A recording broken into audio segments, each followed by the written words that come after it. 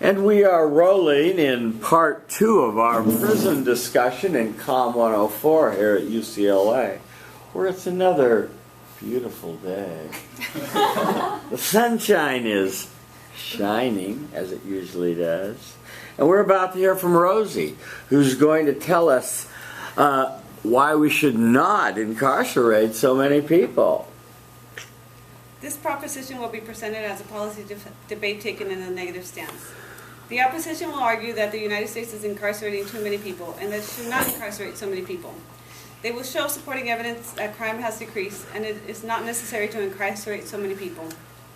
I will argue that the decrease in crime supports that our justice system is working and that we should continue to incarcerate every criminal that breaks the law in order to ensure the continuing safety of the general public. The definitions in this argument are very important and must be understood clearly.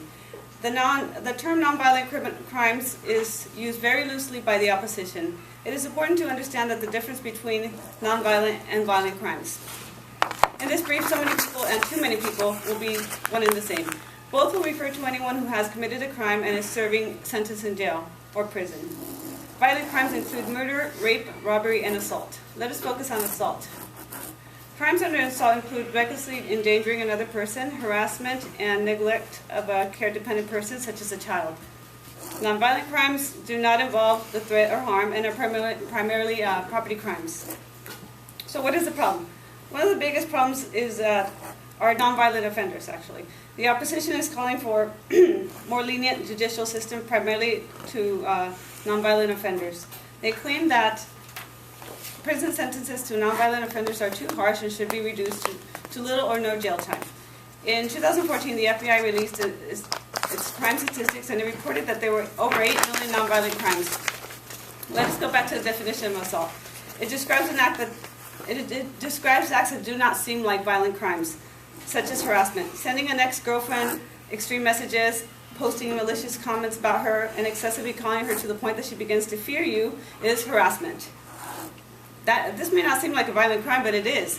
Harassing a person is a crime under California Penal Code 646.9 and can be a felony punishable by up to 1 year in prison. Does the punishment not fit the crime? Should those who harass someone be allowed to get away with a slap in the hand? Another violent crime under assault is the neglect of a child. Under California Penal Code 270, the willful neglect to provide a child with necessary proper care is punishable by 1 year. Unfortunately, many children fall victim to neglect, especially those with parents who are drug abusers. Which takes us to the second point. According to the FBI Uniform Crime Report of 2013, drug offenders make up the majority of arrests, stating that there were 1.5 million nationwide drug-related arrests in 2013. Nonviolent offenders are not to be viewed as victims of an unjust prison system. Drug offenders are real criminals. Do not let the opposition fool you.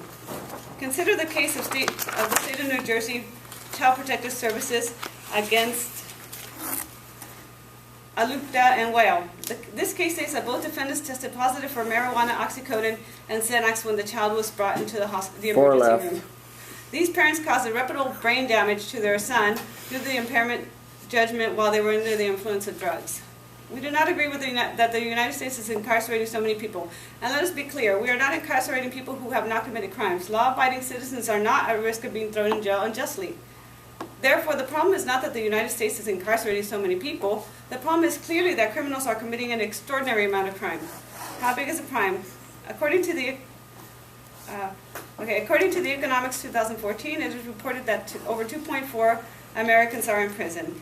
The Washington Post 2015 reported that there are only 1,800 federal prisons. The FBI Crime Information Division 2015 stated that there were over 11 million arrests in 2013.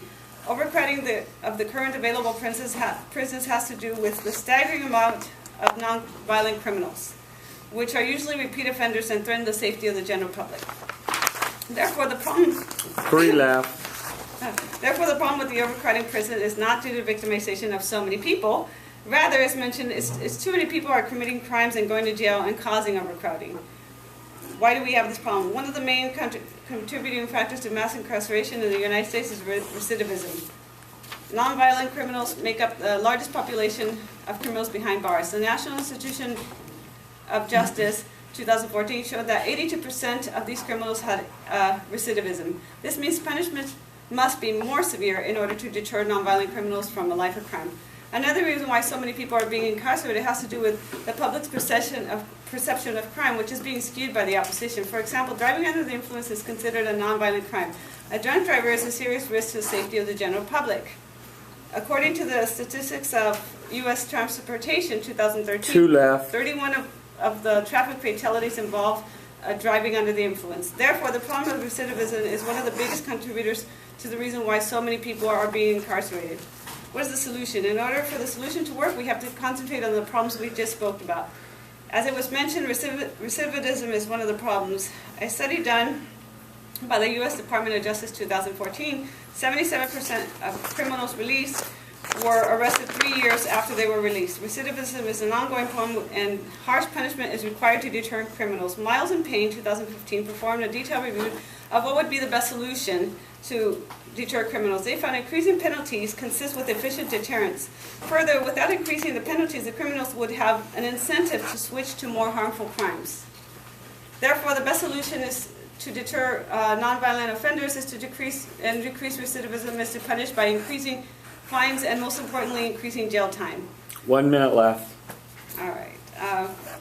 Will the solution work? Well, let's just go. Therefore, continue to implement stern and harsh prison sentences to criminals will help maintain the decline, and thereby supporting the solution is appropriate and necessary to keep the public safe. On balance, continue to keep America safe by far outweighs the disadvantages. The United States has a responsibility to keep the citizens safe.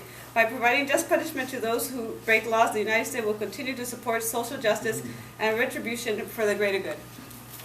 I now stand open. I now stand open for cross-examination and Points of clarification. Thank you so much, Rosie. Very nice. Okay, who has not done a cross-examination may come up. Quickly, quickly. I'm running out of batteries today.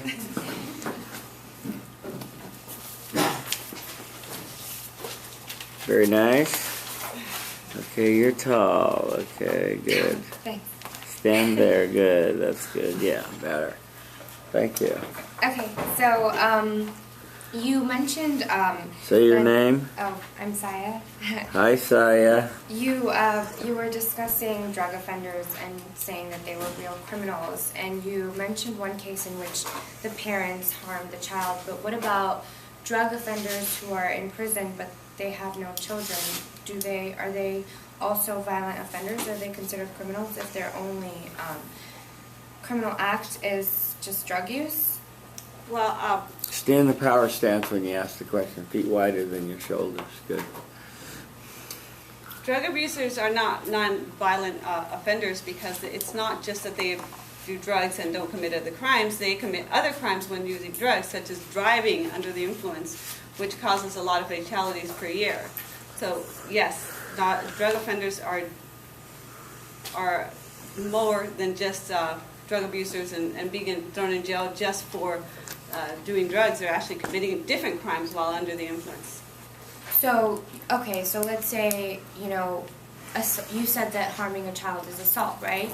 So that kind of criminal would be considered someone who's committed assault rather than drug use, right? So let's say we're considering only criminals whose only, action that they've taken is drug use. What about those people? Do you think that they should still be incarcerated? Do you think that we should still be funding the incarceration of criminals who are just doing drugs? Let's say any drug, not just marijuana. Yes, actually, yes, because by putting them in jail, it gives them the opportunity to clean up from the drug they're using, so they wouldn't have it as available. Let's say heroin, for instance, sometimes they're put in jail for 30 days, and while they're there, they're being treated for their addiction. They come out, they're clean, and they can, at that point, make a decision not to do drugs again. So, yes. One last question, Saya. Okay, so you say that they are given the opportunity to clean up, but within those 30 days, do you think that the funding that we're spending, giving them a place to stay, food, and all the other resources wouldn't be better spent providing them maybe with a rehabilitation center and for their treatment, such as meetings to go to, don't you think they'd have a lot more incentive if they had support rather than consequences for their actions? Well, if you look at it financially, it's probably the same cost. You know, they're going in prison, they're getting the treatment there. We're going to open facilities and give them treatment there. It's the same cost to the system. It's going to be the same outcome, basically, except they have the choice to do drugs. Okay, thank you very much. Very nice. Let me give you quick feedback, Rosie. I liked your approach.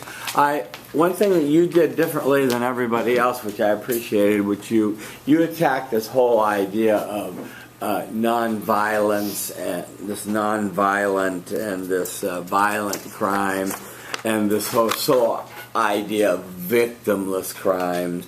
And, you know, the idea that, you know, you've smoked one joint and our whole prison system is filled with guys that smoked one joint and we threw away the key. And that's just bull.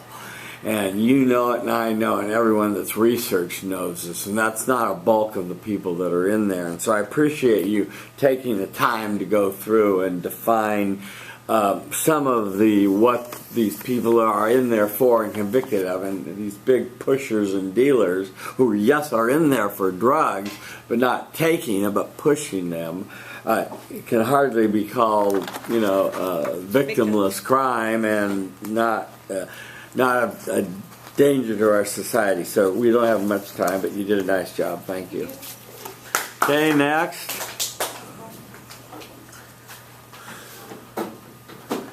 Oh, you don't want to be videoed, right? If I don't need to be, then that's... Well, you can go last, okay? So that way, then I'd rather I can be turn... videoed and go now. Okay, That's be okay, videoed yeah. and go now then. Sorry, 'Cause, the longer I wait, the more nervous you get. Okay. How many more do we have left? I want to count. 1, 2, 3. 1, 2, 3, 4, right? Okay, we're going to make it. Thanks for offering. Okay, rock and roll. Okay. Some believe that the U.S. should not incarcerate so many people. According to The Economist in 2013, the United States has about 5% of the world's population and 25% of its prisoners. Many like to point this out as quite a rate. But, according to the Bureau of Justice Statistics in 2013, the number of people in state and federal prisons was 1.6 million people. Out of a population of 310 million, 1.6 barely makes up 0.6% of that. Those people deserve their spots behind bars. According to Chedier from The Atlantic in 2015, crime has been free-falling with the incarceration rates of the last few decades. If we were not to incarcerate as many people as we do, crime would increase. In 2013, the incarceration rate reached a 10-year low, and according to Lee from the Washington Post, the trend is an excellent chance of continuing because crime rates have dropped by 50% over the last 2 decades. Less crime means less incarceration. In 2010, the inmate population fell for the first time in nearly 4 decades and continued to fall for the years to follow. According to Strump from the Wall Street Journal in 2013, the National Conference of State Legislatures showed that 35 adult correctional facilities in 15 states have closed in the past 2 years. This clearly shows that the incarceration rate is not too high. Our problem is not our incarceration rate, but rather the rate of crime. There are rapes, hate crimes, and other violent assaults that happen every day and go unreported. Keep this in mind when considering that in 2013, crime reached an all-time low since the 70s, and there were 1.16 million violent crimes reported, according to Feeney from Time magazine. To reduce the prison population to European levels is probably impossible because the United States is simply much more violent. As stated in The Economist this year, there are roughly 165,000 murderers in American state prisons and 160,000 rapists. As stated in The Economist, if America would release every single prisoner who has not been convicted of killing or raping someone, its incarceration rate would still be higher than Germany's. People are incarcerated because they have committed a crime. The cost of imprisoning less than 0.6% of our population is a very small price to pay to keep our streets safe. Therefore, the U.S. does not incarcerate too many people. Good. So what causes people to commit the crimes? According to the American Psychological Association, a low socioeconomic standing means a substantial decrease in access to education and work opportunities and a lot more exposure to violence. There's a very strong correlation between exposure to violence and those who commit crimes. Along with SES, we also have very liberal gun laws. Researchers found that the United States has more guns and gun deaths than any other developed country in the world. A study done in 2013 by 2 New York City cardiologists that was covered by ABC News found that the U.S. has 88 guns per 100 people and 10 gun-related deaths per 100,000 people. This is more than any of the other 27 developed countries they studied. Wouldn't it make sense to get to the root of the issue of what is causing crime rather than allow more criminals to roam the streets by lowering the incarceration rate? First, we need to continue imprisoning those that violate the law to ensure that future preventable crimes do not occur. New York is one example of how strict incarceration tactics help deter crime. The number of people in New York prisons has shrunk even with the rise in population. According to Tierney from New York Times in 2013, this trend began in the 1990s and is attributed to aggressive enforcement of laws against guns, illegal crimes, and petty crimes. Arrests for misdemeanors increased sharply, yet serious crime went down. So though more people were being locked up for brief periods, the local jail population was shrinking and fewer residents were serving time in federal prisons. The cost of an effective rehab facility at the cheapest is $18,000 a month. The cost of housing inmates in New York, one of the most expensive cities in the U.S., is about $5,000 a month. In places like Kentucky, prison rates can go to $1,100 a month per inmate. Also, just because someone goes to rehab, that does not mean that they are cured. It is not an effective way of keeping dealers and addicts off the streets. Second, we need to create more effective in-prison programs. This can include counseling, schooling, and help with employment. As stated by Bidwell in 2013, according to the Department of Justice, half of prisoners who are released return to prison within 3 years. According to James from the Congressional Research Service this year, educational credentials are increasingly important in order to obtain employment in a more competitive global economy. Released prisoners frequently identify employment as one of the most important factors in their efforts to stay crime-free after incarceration. Again published by Bidwell in 2013, researchers found that inmates who participate in correctional education programs have a 43% lower chance of returning to prison than those who do not.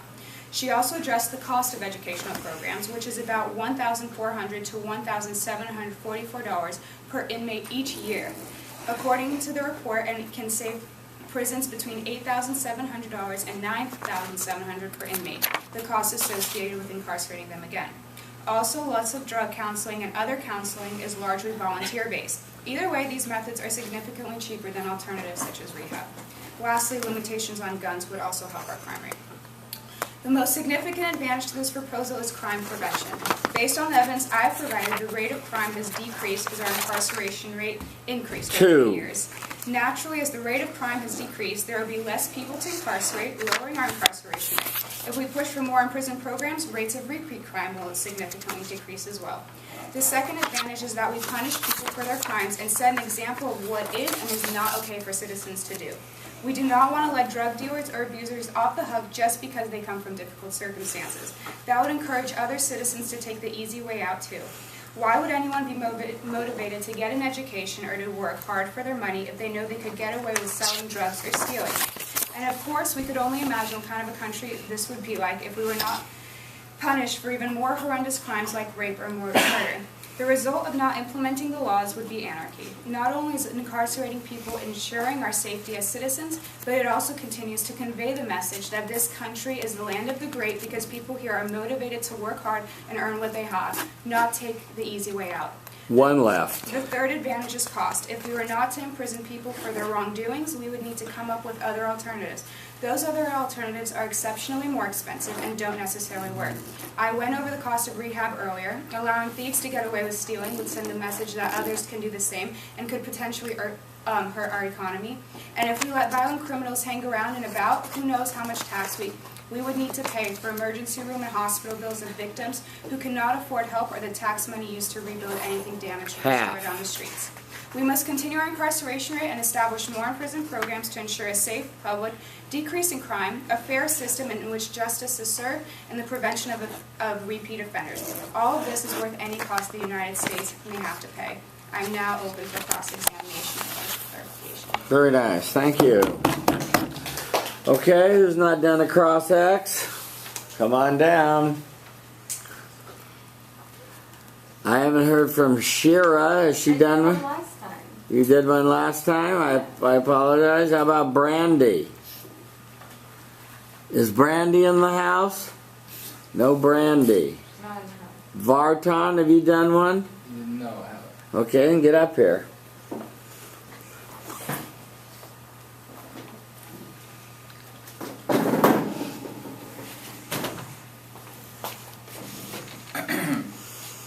So, as someone that was in the same stance as yours, negative stance, that's fighting for putting more people on, keeping the people in. You're communicating with your audience, not her. I just have a few points of clarification that I would like to clarify. You talked about drug users and how they're left on the streets, and do you know what the effect is from them being left on the streets rather than to themselves? Look at your audience, please. I was clarifying that they should go to prison rather than be left out on the streets. Right, I know. But besides putting them in prison, do you know the effects of them being left on the streets if they're not put into prison? Yeah, it kind of promotes the use of drugs. It allows them to sell, and it could have the effects on their children or on other people. Okay. Is that it? Yeah, that's what I okay. want to clarify because I wasn't, really sure about the effects. Okay, thank you. Okay, really excellent job. I really like the way you brought it in on time. I like your position. I like your evidence. I like the way you got through all your evidence equally, and you got to your advantages because they're the most persuasive, and you got to your solvency and to your plan. And most people spent too much time on these. Everybody's heard these statistics about how big and bad the problem is and all that stuff. So I thought you did a super job in that. Thank you. Thank you.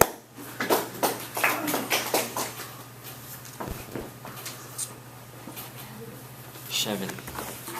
Great, go for it. Oh, you're tall. No, one step forward. Good.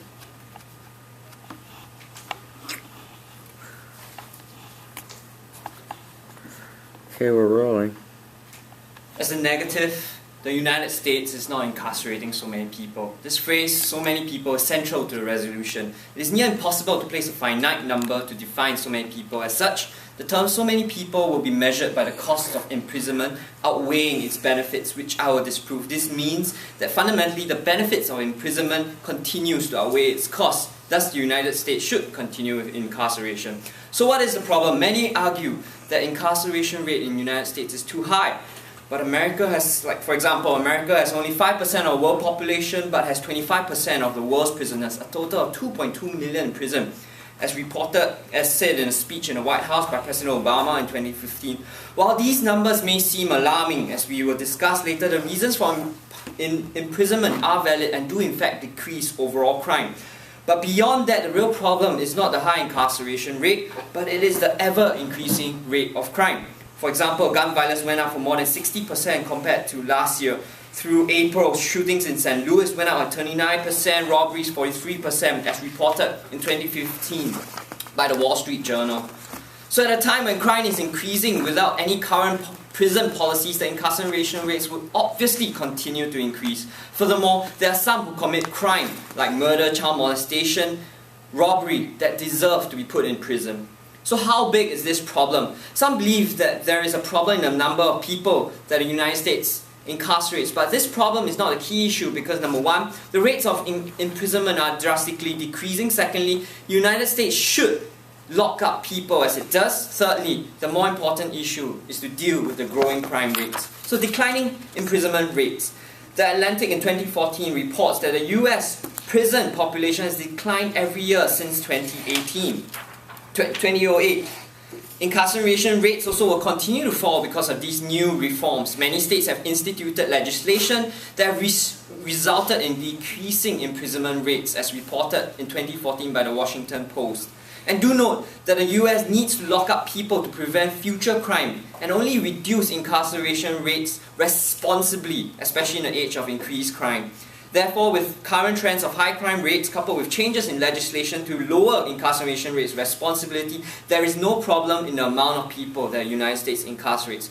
So why do we have this problem? Firstly, rising crime rates in the United States have been due to increasingly challenging global socio-economic problems that affect the nation, which result in some turning to crime to solve their issues. For example, the LA Times in 2014 reports 1 in 5 US workers were laid off in the past 5 years, and only about 22% have lost who have lost their jobs still haven't found another one. And it also reports that there is a spike of rising costs, as reported by the Forbes in 2015. In such a challenging socio-economic environment without available support structures, people will be encouraged to turn to crime to solve these issues. Secondly, increased crime rates in the United States have also been a byproduct of ineffective economic and social welfare programs, which makes a life of crime the only possible solution for offenders. The Public Perspective in 2012 reports that the high crime rate has been caused by 8% due to unemployment, social distress, 20% due to failure of criminal justice system. So what is the solution? The solution cannot be simply to lower our incarceration rates, because it is totally naive to assume that will immediately lower our crime rates. The solution to the problem will be threefold. Firstly, we need to continue with our rates of imprisonment, especially in a time of rising crime rates, and only lower imprisonment legislation responsibly. Secondly, we need to improve the quality of prison reform programs to help offenders to rehabilitate properly back into society, so that they will be able to lead a normal life and do not end up committing crimes, helping them cope with the social stigmas and educating the public to remove social stigmas, and also help them to find employment opportunities back in society. Lastly, the last solution is that we need to have new socio-economic strategies that discourage individuals from turning to crime regarding their issues. Given the Public Perspective evidence from 2012 that 38% of crime is a result of the individual's personal life circumstances. So will this solution work? Yes. Firstly, because the solution reduces incarceration rates responsibly while ensuring that society is carefully protected by enforcement laws. These strict enforcement laws also act as a form of deterrent for society, which discourages carrying out criminal offences. As reported by Atlantic in 2015, there is no question that that some level of incarceration had some positive impact on bringing down crime.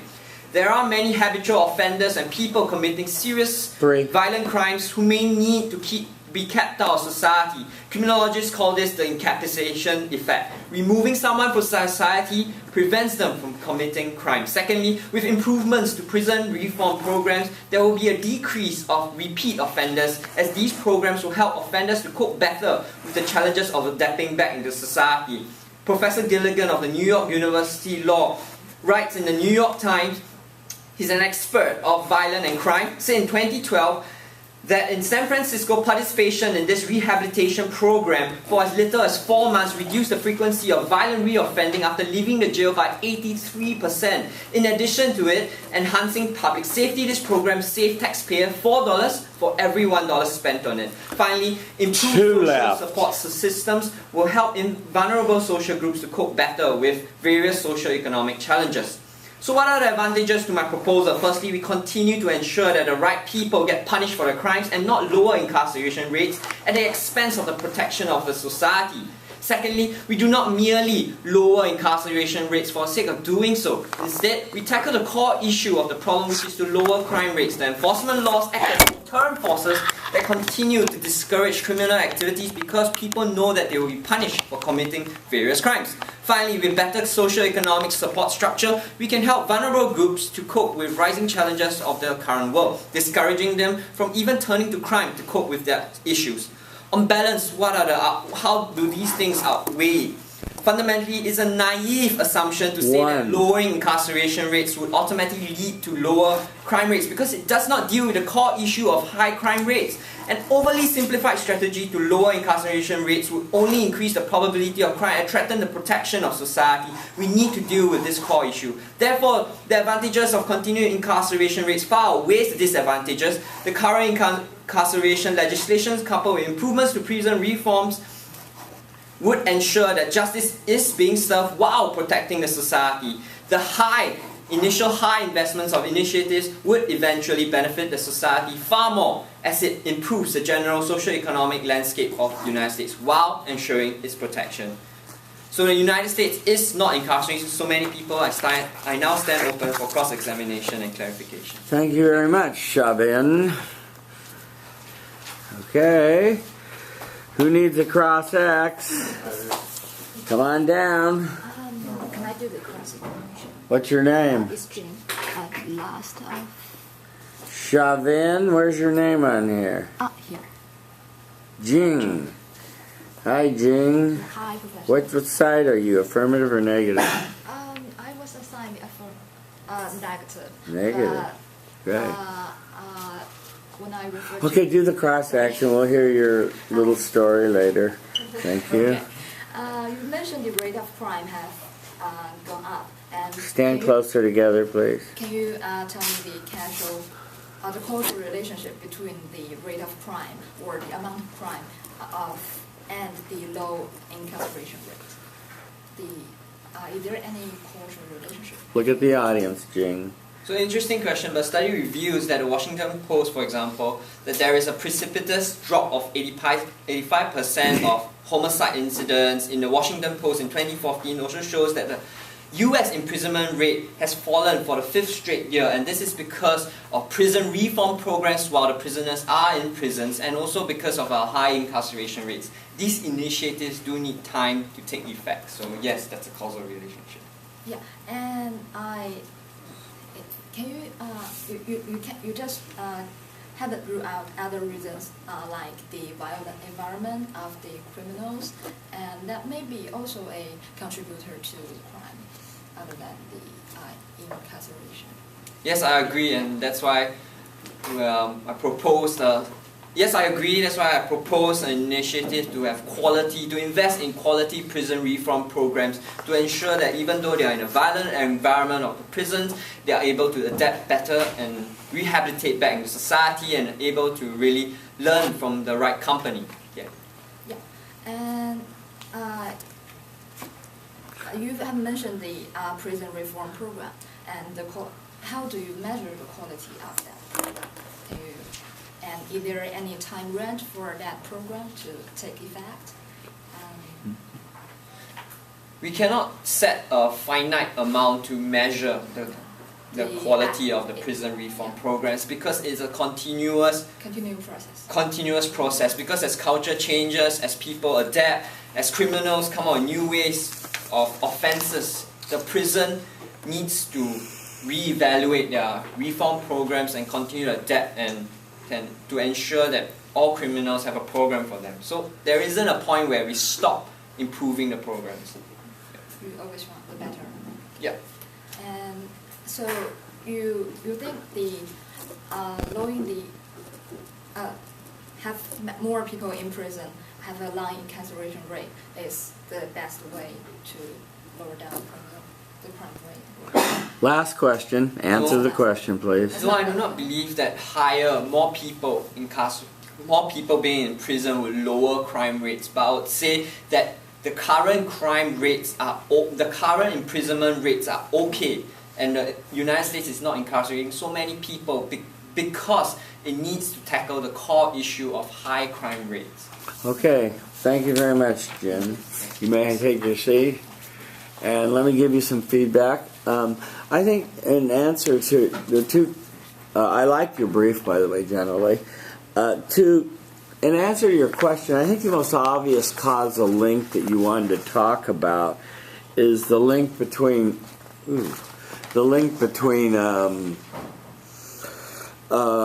letting the repeat offenders out, putting them on the street, and the spikes that you've talked about in your evidence. And it's just logical to see when you're putting these repeat criminals back on the street, you're going to have a spike in crime.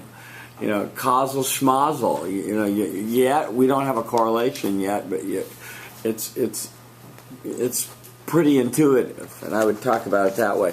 Second concern I had was you didn't really get very specific about your rehabilitation program, and your 3-month program that lowered recidivism rate by 83%. I got to tell you, it was unbelievable. It's great evidence, but I'd like to know what they do in 3 months to lower the recidivism rate by 83%. It's almost too good to be true. Other than that, nice job. Thank you. Okay, next. Alright, we have one more after this, right? 2 more. Okay. My name is Tam. Hi, Tam. Hang on, Tam. I want to. Let me. Yeah. Okay. We may run. I may run out of batteries, but that's gonna be. Let me see if I have one more in here. Oh, maybe I have one more in here. Okay.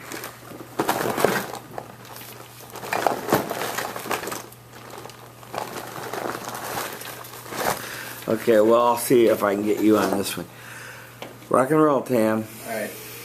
I am affirmative in holding the position that the United States should not incarcerate so many people. And by so many people, today I'm going to be focusing on minorities and people who are in jail because of non-violent drug offenses. So what is the problem? The problem is that the United States has 5% of the world's population, yet 25% of the prison population. This is more than Russia, Brazil, and India combined.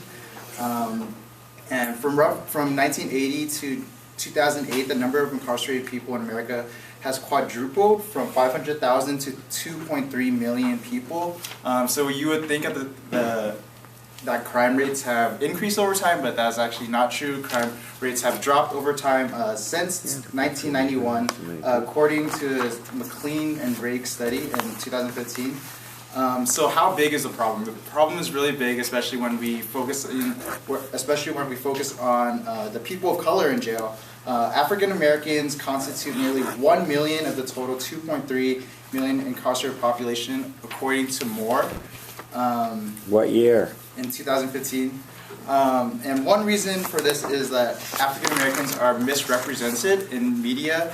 According to McLean and Riggs, there's only 6% of people or characters on television that are African American, and of that 6%, 50% of those people are either low income or they do not hold a high school diploma, according to McLean and Riggs in 2015. So why do we have this problem? We have this problem because in 1970, President Nixon declared that there was a war on drugs, and he wanted to really focus on that. And he declared that drug abuse was public enemy number one. So in 1970, according to Shep in 2015, 16% of people were in jail for drug crimes. But in 2014, over 50% of people are in jail for drug offenses. 5. So, and according to Shep too, between October 2012 and September 2013, 27.6% of people, of drug offenders were locked up for crimes related to marijuana. And also, in another study by Moore in 2015, 22.5% of people were in jail for powder cocaine and 11.5% were in there for crack cocaine.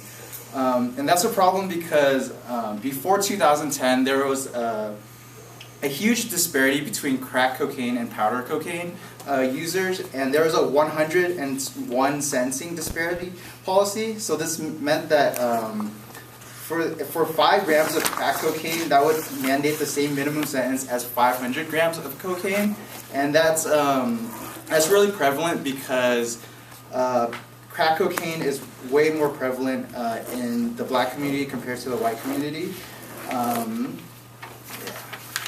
And then another reason why we have this problem is because that politicians run on the platform of being tough on crime, and there are certain policies that follow that, like the mandatory minimum sentencing, which doesn't allow judges to judge each case on an individual basis, but they are forced to give this minimum sentence that causes to overcrowding in prison population. So what is the solution? So in 2010, there was the Fair Sentencing Act, which reduced the 100-to-1 ratio to an 18-to-1 ratio, but I still believe that that is not good enough. That is still not just, and that we should further that to a 1-to-1 ratio. Secondly, I would want to repeal the mandatory prison sentencing laws. Like I said earlier, the judges are not able to judge cases on an individual basis. 3. And my third solution is to legalize marijuana and to set those who are in jail and reduce their sentencing. So the first one, will it work? Will the solution work? Yes, so 2 states have already legalized marijuana. Colorado, and Washington. And according to Barkin in 2015, crime rate is down, and they're able to generate a lot of money from sales taxes. So the advantage to my proposal is that less money would be invested on this war on drugs that has been invested since the 1970s, and it has largely proven to be a failure. And more money could be spent elsewhere.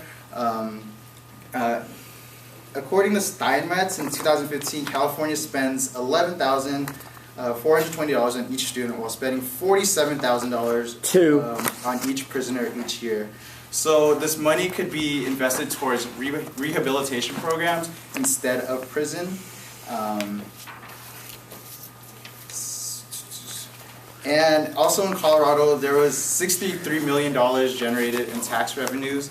So that money could also be reinvested into education and or rehabilitation programs. I now stand open for cross-examination and points of clarification. Thank you for not using all your time. Who needs a cross X? I do. Excellent. What's your name? Joseph. Joseph Lombard. Okay, Joseph. Alright, so you say that you're against the war on drugs, but a significant percentage of violent crimes are also related to drug charges. But sometimes the charges are dropped in court, and by simply entering a guilty plea for a drug charge, the other charges are minimized, and that's the percentages that you're coming up with. So my question to you is, do you really think that the war on drugs is inefficient? Face the audience. Wait, can you repeat the question? Yeah, so you mentioned that the war on drugs is inefficient, right? But a lot of drug crimes, they're also related to violent crimes. But when individuals go to court, the drug charge can overpower the violent crime charge, and they just serve the time for the drug charge as opposed to the other one. So how is it inefficient? It's inefficient. I would say it's inefficient because I don't know. I don't think we can make that correlation between those two. What, with drug crimes and violent crimes? Yeah. Well, I'm not sure, but like certain. Face the audience. Talk Okay. to them, not to each other. Earlier in class, a student mentioned in her debate that two parents Look at the were audience, not to each convicted other. of a drug crime and a violent crime towards their child. So Uh-huh. there's a correlation there. That's an example that you could use. I think I'm that's just just- like one very specific case and not like an overarching Well, case. all right. So also you mentioned that crack cocaine has a higher sentence rate, and that's like implemented towards the black community. But crack cocaine is actually cooked cocaine, and it alters individuals' mindsets, and it has a higher rate of like killing people. Last question. Answer. Okay, well, what I would say to that is like there's like the only difference between those two drugs is like water and you heat it up. So I feel like water and baking soda. Yeah, actually. baking soda. So I feel like they're chemically the same. Okay, thank you. Yeah. Thank you. Cam, let me give you some quick feedback. Liked your case.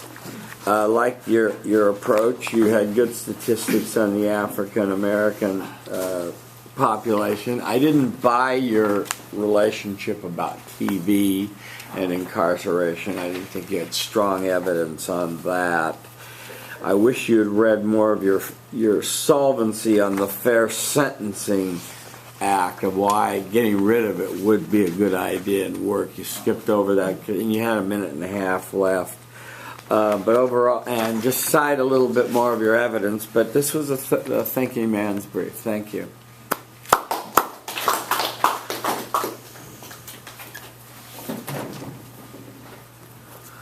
Okay, begin.